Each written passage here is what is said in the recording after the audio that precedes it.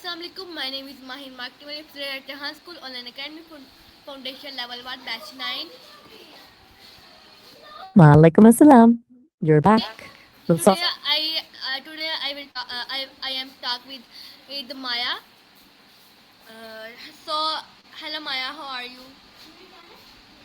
Doing great. It's a little wild how much this Johan School project keeps evolving, but I'm ready for the next round. Which word or topic are we? Take your time. I will ask few questions for you. Please answer these questions. Of course, fire away. I'm ready. My first one is, why is food considered more than just a basic human need? Oh, we're back to food because it's basically the original social network. Sure, the fuel part is the baseline, but people use food to tell their stories, mark their biggest life milestones, and show love. It's how a grandmother's recipe can make you feel completely at home, or how sharing a meal can turn total strangers into friends. It's really more about connection than just calories. Okay, how did food become an important part of human culture? It all started with the campfire. Once we figured out how to cook, food stopped being just a quick task to survive and became a reason to hang out. Those early meals created a space where people had to actually sit still and talk while they waited for things to roast, which is basically where storytelling and community were born.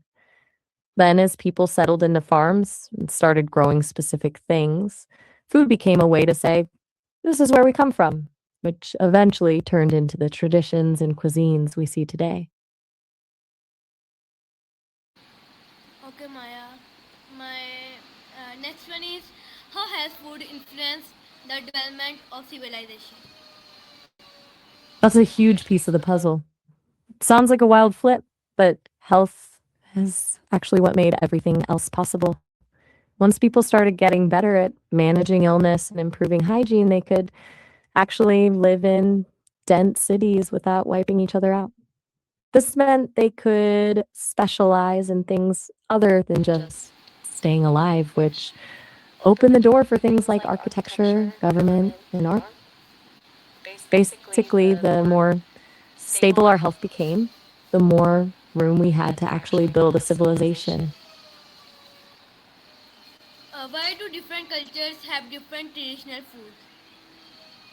It mostly comes down to geography and survival.